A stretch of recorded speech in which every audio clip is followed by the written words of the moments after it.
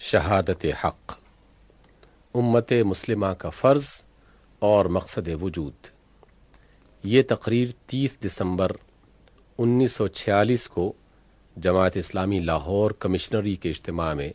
بمقام مراد پور متصل سیالکوٹ کی گئی۔ ساری تعریف اس خدا کے لیے ہے جو کائنات کا تنہا خالق، مالک اور حاکم ہے، جو کمال درجہ کی حکمت، قدرت اور رحمت کے ساتھ اس میں فرما روائی کر رہا ہے، جس نے انسان کو پیدا کیا، اس کو علم و عقل کی قوتیں بخشیں، اسے زمین میں اپنی خلافت سے سرفراز کیا اور اس کی رہنمائی کے لیے کتابیں اتاریں اور پیغمبر بھیجے۔ پھر خدا کی رحمتیں ہوں اس کے ان نیک اور برگزیدہ بندوں پر جو انسان کو انسانیت سکھانے آئے، جنہوں نے آدمی کو ان کے مقصد زندگی سے خبردار کیا اور اسے دنیا میں جینے کا صحیح طریقہ بتایا۔ آج دنیا میں ہدایت کی روشنی، اخلاق کی پاکیزگی اور نیکی و پرہیزگاری جو کچھ بھی پائی جاتی ہے، وہ سب خدا کے انہی برگزیدہ بندوں کی رہنمائی کی بدولت ہے، اور انسان کبھی ان کے بارے احسان سے سبکدوش نہیں ہو سکتا۔ عزیزوں اور دوستو، ہم اپنے اجتماعات کو 2 حصوں میں تقسیم کیا کرتے ہیں۔ ایک حصہ اس غرض کے لیے ہوتا ہے کہ ہم خود آپس میں بیٹھ کر اپنے کام کا جائزہ لیں اور اسے آگے بڑھانے کے لیے باہم مشورہ کریں۔ دوسرا حصہ اس مقصد کے لیے ہوتا ہے کہ جس مقام پر ہمارا اجتماع ہو، وہاں کے عام باشندوں کے لیے ہم اپنی دعوت کو پیش کریں۔ اس وقت کا یہ اجتماع اسی دوسری غرض کے لیے ہے۔ ہم نے آپ کو اس لیے تکلیف دی کہ آپ کو بتائیں کہ ہماری دعوت کیا ہے اور کس چیز کی طرف ہم بلاتے ہیں۔ ہماری دعوت کا خطاب ایک تو ان لوگوں سے ہے جو پہلے سے مسلمان ہیں، دوسرے ان عام بندگان خدا سے ہے جو مسلمان نہیں ہیں۔ ان میں سے ہر ایک کے لیے ہمارے پاس ایک پیغام ہے، مگر افسوس یہ کہ یہاں دوسرے گروہ کے لوگ مجھے نظر نہیں آتے۔ یہ ہماری پچھلی غلطیوں اور آج کی بے تدبیریوں کا نتیجہ ہے کہ خدا کے بندوں کا ایک بہت بڑا حصہ ہم سے دور ہو گیا ہے، اور مشکل ہی سے کبھی ہم یہ موقع پاتے ہیں کہ ان کو اپنے پاس بلا کر یا خود ان کے قریب جا کر وہ پیغام ان کو سنائیں جو ان کے اور ہمارے خدا نے ہم سب کی رہنمائی کے لیے اپنے پیغمبروں کے ذریعے سے بھیجا ہے۔ بہرحال اب کہ وہ موجود نہیں ہیں، میں دعوت کے صرف اس حصے کو پیش کروں گا جو مسلمانوں کے لیے خاص ہے۔ مسلمانوں کو ہم جس چیز کی طرف بلاتے ہیں وہ یہ ہے کہ وہ ان ذمہ داریوں کو سمجھیں اور ادا کریں جو مسلمان ہونے کی حیثیت سے ان پر عائد ہوتی ہیں۔ آپ صرف اتنا کہہ کر نہیں چھوٹ سکتے کہ ہم مسلمان ہیں اور ہم نے خدا کو اور اس کے دین کو مان لیا ہے، بلکہ جب آپ نے خدا کو اپنا خدا اور اس کے دین کو اپنا دین مانا ہے تو اس کے ساتھ آپ پر کچھ ذمہ داریاں بھی عائد ہوتی ہیں جن کا آپ کو شعور ہونا چاہیے، جن کے ادا کرنے کی آپ کو فکر ہونی چاہیے۔ اگر آپ انہیں ادا نہ کریں تو اس کے وبال سے دنیا میں چھوٹ سکیں گے نہ آخرت میں۔ وہ ذمہ داریاں کیا ہیں؟ وہ صرف یہی نہیں کہ آپ خدا پر، اس کے فرشتوں پر، اس کی کتابوں پر، اس کے رسولوں پر اور یوم آخرت پر ایمان لے آئیں۔ وہ صرف اتنی بھی نہیں ہے کہ آپ نکاح، طلاق، وراثت وغیرہ معاملات میں اسلام کے مقرر کیے ہوئے ضابطے پر عمل کریں، بلکہ ان سب کے علاوہ ایک بڑی اور بہت بھاری ذمہ داری آپ پر یہ عائد ہوتی ہے کہ آپ تمام دنیا کے سامنے اس حق کے گواہ بن کر کھڑے ہوں جس پر ایمان لائے ہیں۔ مسلمان کے نام سے آپ کو ایک مستقل امت بنانے کی واحد غرض جو قرآن میں بیان کی گئی ہے وہ یہی ہے کہ آپ تمام بندگان خدا پر شہادت حق کی حجت پوری کریں۔ وَكَذَلِكَ جَعَلْنَاكُمْ أُمَّةً وَسَطًا لِتَكُونُوا شُهَدَاءَ عَلَى النَّاسِ وَيَكُونَ الرَّسُولُ عَلَيْكُمْ شَهِيدًا، اور اسی طرح ہم نے تمہیں ایک بیچ کی امت بنایا تاکہ تم دنیا کے لوگوں پر گواہ رہو اور رسول تم پر گواہ ہو۔ یہ آپ کی امت کا عین مقصد وجود ہے، جسے آپ نے پورا نہ کیا تو گویا اپنی زندگی ہی اکارت گنوا دی۔ یہ آپ پر خدا کا عائد کیا ہوا فرض ہے، کیونکہ خدا کا حکم ہے کہ یا ایھا الذین آمنوا کونوا قوامین للہ شہداء بالقسط، اے لوگو جو ایمان لائے ہو، خدا کی خاطر اٹھنے والے اور ٹھیک ٹھیک راستی کی گواہی دینے والے بنو۔ اور یہ نرا حکم ہی نہیں بلکہ تاکیدی حکم ہے، کیونکہ اللہ تعالیٰ فرماتا ہے وَمَنْ أَظْلَمُ مِمَّنْ كَتَمَ شَهَادَةً عِنْدَهُ مِنَ اللَّهِ، اس شخص سے بڑھ کر ظالم اور کون ہوگا جس کے پاس اللہ کی طرف سے ایک گواہی ہو اور وہ اسے چھپائے۔ پھر اللہ تعالیٰ نے آپ کو یہ بھی بتا دیا ہے کہ اس فرض کو انجام نہ دینے کا نتیجہ کیا ہے۔ آپ سے پہلے اس گواہی کے کٹہرے میں یہودی کھڑے کیے گئے تھے، مگر انہوں نے کچھ تو حق کو چھپایا اور کچھ حق کے خلاف گواہی دی، اور فی الجملہ حق کے نہیں بلکہ باطل کے گواہ بن کے رہ گئے۔ نتیجہ یہ ہوا کہ اللہ نے ان کو دھتکار دیا اور ان پر وہ پھٹکار پڑی کہ ضربت علیہم الذلۃ والمسکنہ وباؤوا بغضب من اللہ،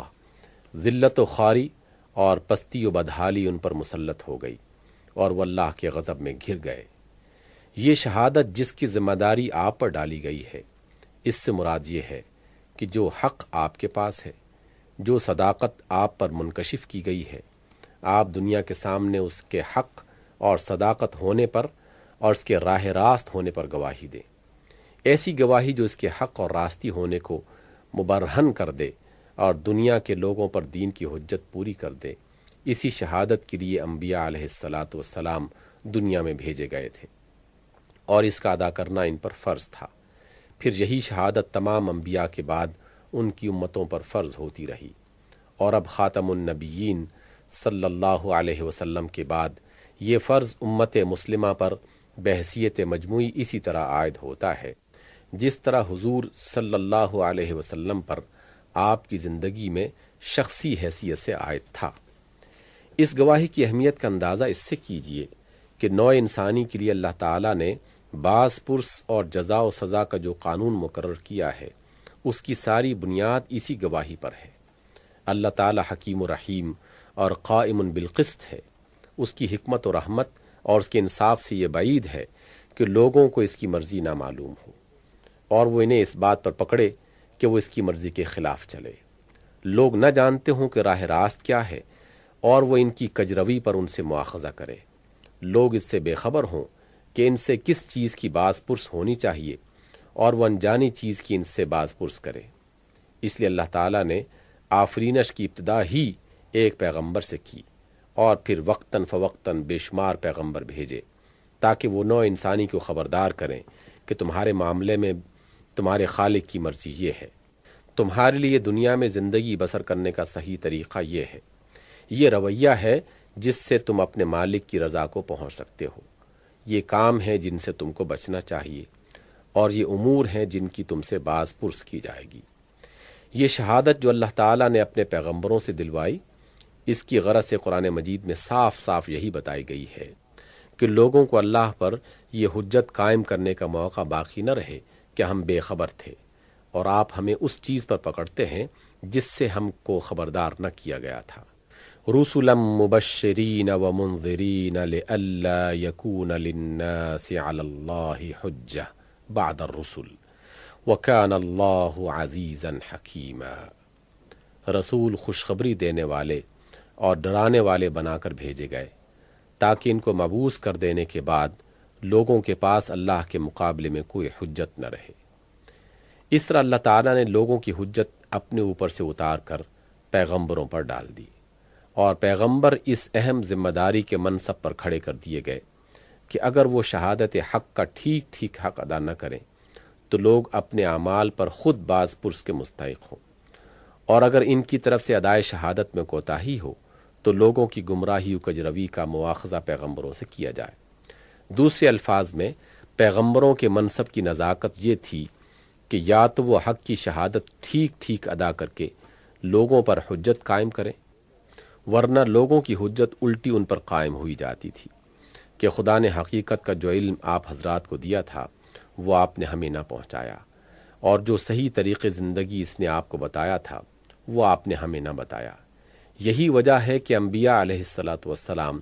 اپنے اوپر اس ذمہ داری کے اس بار کو شدت کے ساتھ محسوس کرتے تھے،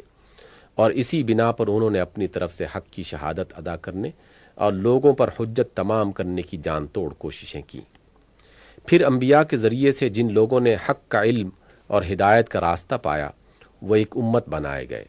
اور وہی منصب شہادت کی ذمہ داری جس کا بار انبیاء پر ڈالا گیا تھا اب اس امت کے حصے میں آئی۔ انبیاء کی قائم مقام ہونے کی حیثیت سے اس کا یہ مقام قرار پایا کہ اگر یہ امت شہادت کا حق ادا کر دے اور لوگ درست نہ ہوں تو یہ اجر پائے گی اور لوگ پکڑے جائیں گے، اور یہ حق کی شہادت دینے میں کوتاہی کرے یا حق کے بجائے الٹی باطل کی شہادت دینے لگے تو لوگوں سے پہلے یہ پکڑی جائے گی۔ اس سے خود اس کے اعمال کی باز پرس بھی ہوگی، اور ان لوگوں کے اعمال کی بھی جو اس کے صحیح شہادت نہ دینے یا غلط شہادت دینے کی وجہ سے گمراہ اور مفسد اور غلط کار رہے۔ حضرات، یہ ہے شہادت حق کی وہ نازک ذمہ داری جو مجھ پر، آپ پر اور ان سب لوگوں پر عائد ہوتی ہے جو اپنے آپ کو امت مسلمہ کہتے ہیں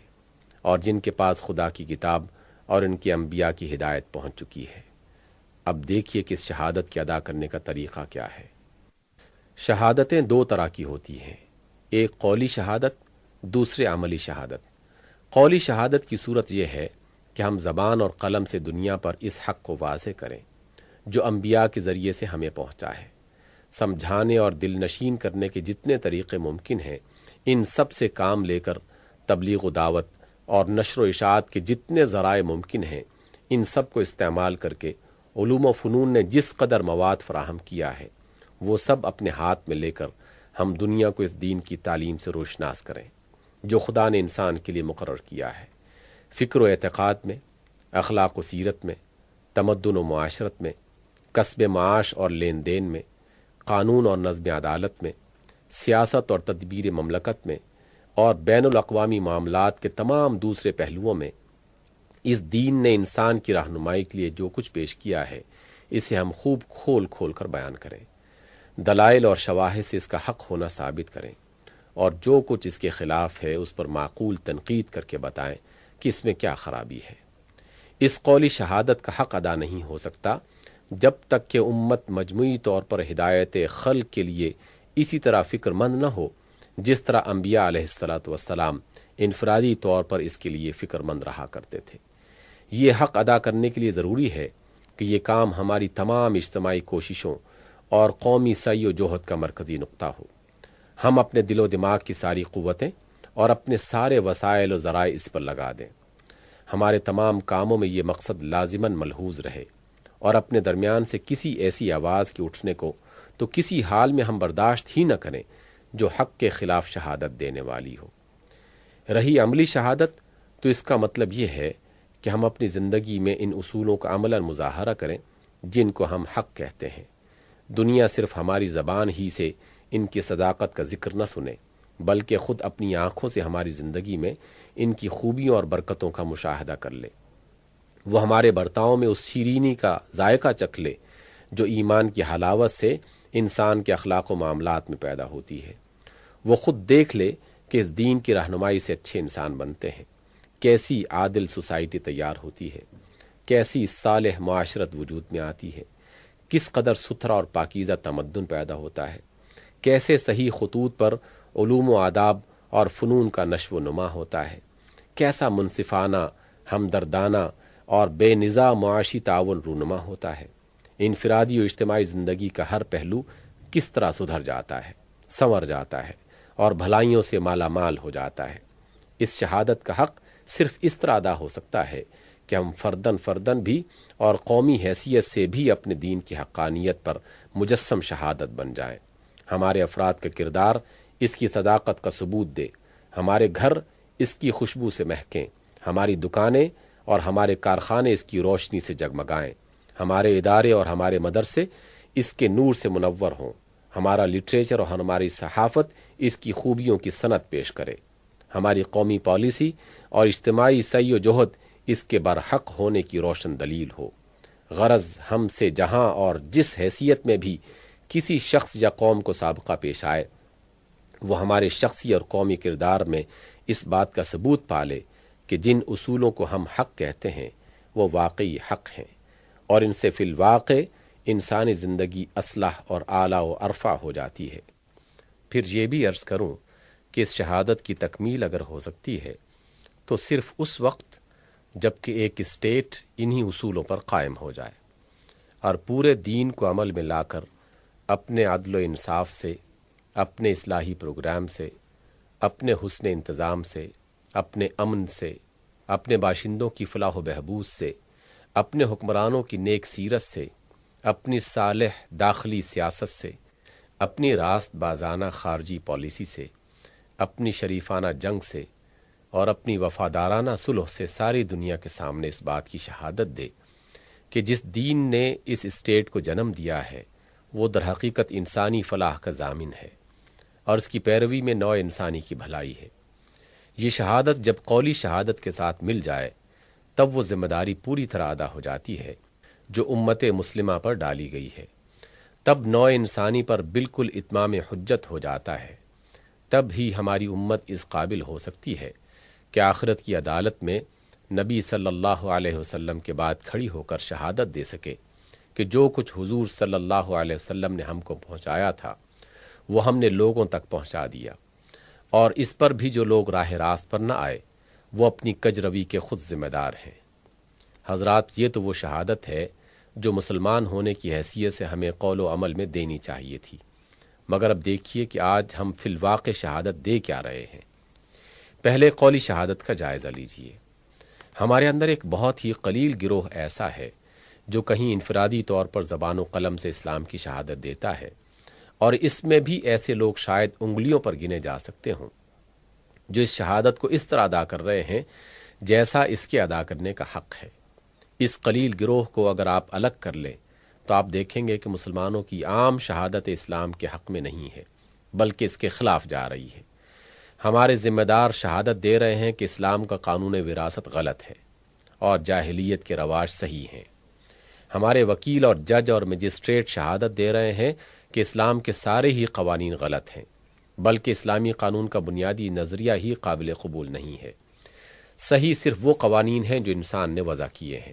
اور انگریزوں کی معرفت ہمیں پہنچے ہیں۔ ہمارے معلم اور پروفیسر اور تعلیمی ادارے شہادت دے رہے ہیں کہ فلسفہ و حکمت، تاریخ و اجتماعیات، معاشیات و سیاسیات اور قانون و اخلاق کے متعلق وہی نظریات پر حق ہیں جو مغرب کی ملحدانہ تعلیم سے ماخوذ ہیں۔ ان امور میں اسلام کا نقطہ نظر قابل التفات تک نہیں ہے۔ ہمارے ادیب شہادت دے رہے ہیں کہ ان کے پاس بھی ادب کا وہی پیغام ہے جو امریکہ، انگلستان، فرانس اور روس کے دہری ادیبوں کے پاس ہے۔ مسلمان ہونے کی حیثیت سے ان کے ادب کی سرے سے کوئی مستقل روح ہی نہیں ہے۔ ہمارا پریس شہادت دے رہا ہے کہ ان کے پاس بھی وہی مباحث اور مسائل اور پروپیگنڈا کے وہی انداز ہے جو غیر مسلموں کے پاس ہیں۔ ہمارے تاجر اور اہل صنعت شہادت دے رہے ہیں کہ اسلام نے لین دین پر جو حدود قائم کی ہیں وہ ناقابل عمل ہیں اور کاروبار صرف انہی طریقوں پر ہو سکتا ہے جن پر کفار عامل ہیں۔ ہمارے لیڈر شہادت دے رہے ہیں کہ ان کے پاس بھی قومیت اور وطنیت کے وہی نعرے ہیں، وہی قومی مقاصد ہیں، قومی مسائل کو حل کرنے کے وہی ڈھنگ ہیں، سیاست اور دستور کے وہی اصول ہیں جو کفار کے پاس ہیں۔ اسلام نے اس بارے میں کوئی رہنمائی نہیں کی ہے جس کی طرف رجوع کیا جائے۔ ہمارے عوام شہادت دے رہے ہیں کہ ان کے پاس زبان کا کوئی مصرف دنیا اور اس کے معاملات کے سوا نہیں ہے، اور وہ کوئی ایسا دین رکھتے ہی نہیں جس کا وہ چرچا کریں یا جس کی باتوں میں وہ اپنا سب کچھ صرف کر دیں۔ یہ ہے وہ قولی شہادت جو مجموعی طور پر ہماری پوری امت اس ملک ہی میں نہیں ساری دنیا میں دے رہی ہے۔ اب عملی شہادت کی طرف آئیے۔ اس کا حال قولی شہادت سے بھی بدتر ہے۔ بلا شبہ کہیں کہیں کچھ صالح افراد ہمارے اندر ایسے پائے جاتے ہیں جو اپنی زندگی میں اسلام کا مظاہرہ کر رہے ہیں، مگر سواد اعظم کا حال کیا ہے؟ انفرادی طور پر عام مسلمان اپنے عمل میں اسلام کی جو نمائندگی کر رہے ہیں وہ یہ ہے کہ اسلام کے زیر اثر پرورش پانے والے افراد کسی حیثیت سے بھی کفر کے تیار کیے ہوئے افراد سے بلند یا مختلف نہیں ہیں، بلکہ بہت سی حیثیتوں سے ان کی بنسبت فروتر ہیں۔ وہ جھوٹ بول سکتے ہیں، وہ خیانت کر سکتے ہیں، وہ ظلم کر سکتے ہیں، وہ دھوکہ دے سکتے ہیں، وہ قول و قرار سے پھر سکتے ہیں، وہ چوری اور ڈاکہ زنی کر سکتے ہیں، وہ دنگا و فساد کر سکتے ہیں، وہ بے غیرتی اور بے حیائی کے سارے کام کر سکتے ہیں۔ ان سب بد اخلاقیوں میں ان کا اوسط کسی کافر قوم سے کم نہیں۔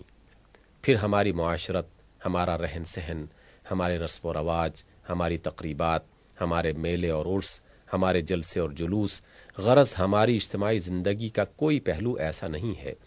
جس میں ہم اسلام کی کسی حد تک بھی صحیح نمائندگی کرتے ہوں۔ یہ چیز گویا اس بات کی زندہ شہادت ہے کہ اسلام کے پیرو خود ہی اپنے لیے اسلام کے بجائے جاہلیت کو زیادہ قابل ترجیح سمجھتے ہیں۔ ہم مدرسے بناتے ہیں تو علم اور نظام تعلیم اور روح تعلیم سب کچھ کفار سے لیتے ہیں۔ ہم انجمنیں قائم کرتے ہیں تو مقصد، نظام اور طریقہ کار سب کچھ وہی رکھتے ہیں جو کفار کی کسی انجمن کا ہو سکتا ہے۔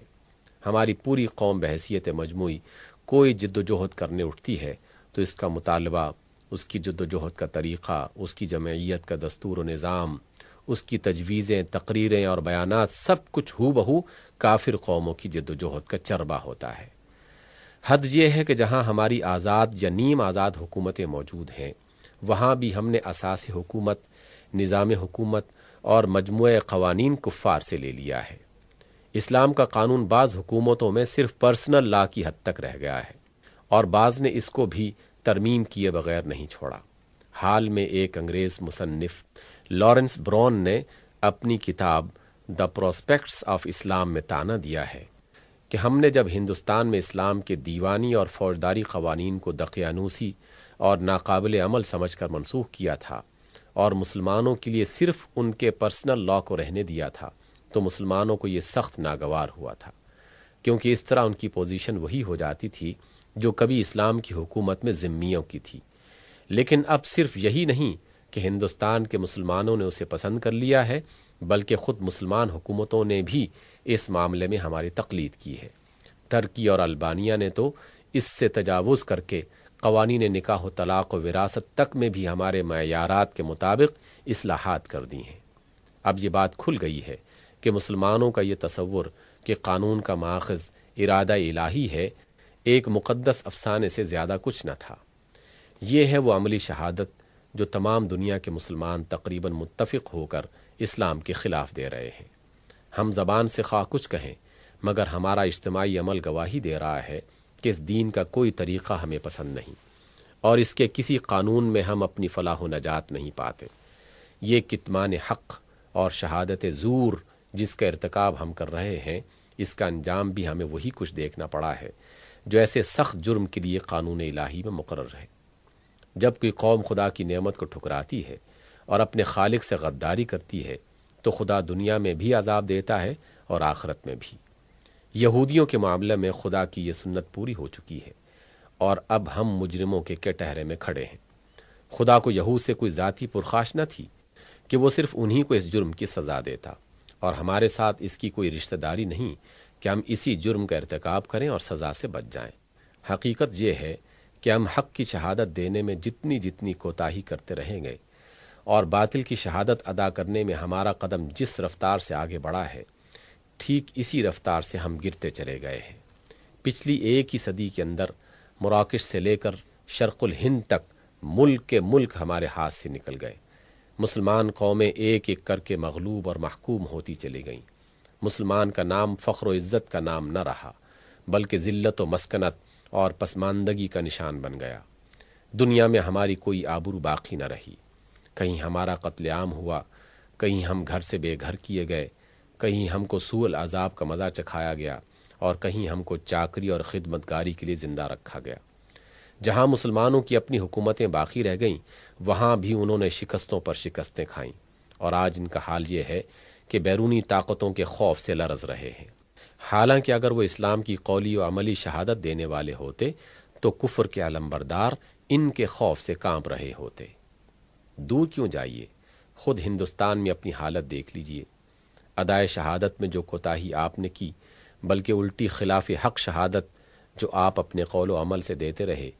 اسی کا تو نتیجہ یہ ہوا کہ ملک کا ملک آپ کے ہاتھ سے نکل گیا۔ پہلے مرہٹوں اور سکھوں کے ہاتھوں آپ پامال ہوئے، پھر انگریز کی غلامی آپ کو نصیب ہوئی،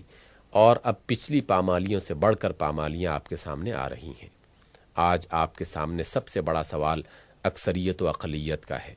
اور آپ اس اندیشے سے کانپ رہے ہیں کہ ہندو اکثریت آپ کو اپنا محکوم نہ بنا لے اور آپ وہ انجام نہ دیکھیں جو شودر قومیں دیکھ چکی ہیں۔ مگر خدا را بتائیے، اگر آپ اسلام کے سچے گواہ ہوتے تو یہاں کوئی اکثریت ایسی ہو سکتی تھی جس سے آپ کو کوئی خطرہ ہوتا؟ یا آج بھی اگر آپ قول و عمل سے اسلام کی گواہی دینے والے بن جائیں تو کیا یہ اقلیت و اکثریت کا سوال چند سال کے اندر ہی ختم نہ ہو جائے؟ عرب میں 1/1,00,000 کی اقلیت کو نہایت متعصب اور ظالم اکثریت نے دنیا سے نیست و نابود کرنے کی ٹھانی تھی، مگر اسلام کی سچی گواہی نے 10 سال کے اندر اسی اقلیت کو 100% اکثریت میں تبدیل کر دیا۔ پھر جب یہ اسلام کے گواہ عرب سے باہر نکلے تو 25 سال کے اندر ترکستان سے لے کر مراکش تک قوموں کی قومیں ان کی شہادت پر ایمان لاتی چلی گئیں۔ جہاں 100% مجوسی، بت پرست اور عیسائی رہتے تھے، وہاں 100% مسلمان بسنے لگے۔ کوئی ہٹ درمی، قومی عصبیت اور کوئی مذہبی تنگ نظری اتنی سخت ثابت نہ ہوئی کہ حق کی زندہ اور سچی شہادت کے آگے قدم جما سکتی۔ اب آپ اگر پامال ہو رہے ہیں اور آپ اپنے آپ کو اس سے شدید پامالی کے خطرے میں مبتلا پاتے ہیں تو یہ کتمان حق اور شہادت زور کی سزا کے سوا اور کیا ہے؟ یہ تو اس جرم کی وہ سزا ہے جو آپ کو دنیا میں مل رہی ہے۔ آخرت میں اس سے سخت تر سزا کا اندیشہ ہے۔ جب تک آپ حق کے گواہ ہونے کی حیثیت سے اپنا فرض انجام نہیں دیتے، اس وقت تک دنیا میں جو گمراہی پھیلے گی، جو ظلم و فساد اور طغیان بھی برپا ہوگا، جو بد اخلاقیاں اور بد کرداریاں بھی رواج پائیں گی، ان کی ذمہ داری سے آپ بری نہیں ہو سکتے۔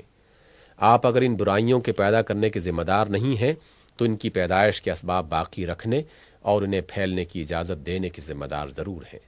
حضرات، یہ جو کچھ میں نے عرض کیا ہے، اس سے آپ کو معلوم ہو گیا ہوگا کہ مسلمان ہونے کی حیثیت سے ہمیں کرنا کیا چاہیے تھا اور ہم کیا کر رہے ہیں، اور یہ جو کچھ کر رہے ہیں اس کا خمیازہ ہم کیا بھگت رہے ہیں۔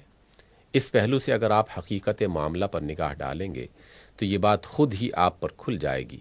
کہ مسلمانوں نے اس ملک میں اور دنیا کے دوسرے ملکوں میں جن مسائل کو اپنی قومی زندگی کے اصل مسائل سمجھ رکھا ہے اور جنہیں حل کرنے کے لیے وہ کچھ اپنے ذہن سے گھڑی ہوئی اور زیادہ تر دوسروں سے سیکھی ہوئی تدبیروں پر اپنا ایڑی چوٹی کا زور لگا رہے ہیں،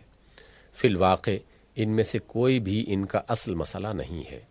اور اس کے حل کی تدبیر میں وقت، قوت اور مال کا یہ سارا صرفہ محض ایک زیانکاری ہے۔ یہ سوالات کہ کوئی اقلیت ایک غالب اکثریت کے درمیان رہتے ہوئے اپنے وجود اور مفاد اور حقوق کو کیسے محفوظ رکھے، اور کوئی اکثریت اپنے حدود میں وہ اقتدار کیسے حاصل کرے جو اکثریت میں ہونے کی بنا پر اسے ملنا چاہیے، اور ایک محکوم قوم کسی غالب قوم کے تسلط سے کس طرح آزاد ہو، اور ایک کمزور قوم کسی طاقتور قوم کے دست برس سے اپنے آپ کو کس طرح بچائے، اور ایک پسماندہ قوم وہ ترقی و خوشحالی اور طاقت کیسے حاصل کرے جو دنیا کے زوراور قوموں کو حاصل ہے۔ یہ اور ایسے ہی دوسرے مسائل غیر مسلموں کے لیے تو ضرور اہم ترین اور مقدم ترین مسائل ہو سکتے ہیں، مگر ہم مسلمانوں کے لیے یہ بجائے خود مستقل مسائل نہیں ہیں، بلکہ محض اس غفلت کے شاخسانے ہیں جو ہم اپنے اصل کام سے برتتے رہے ہیں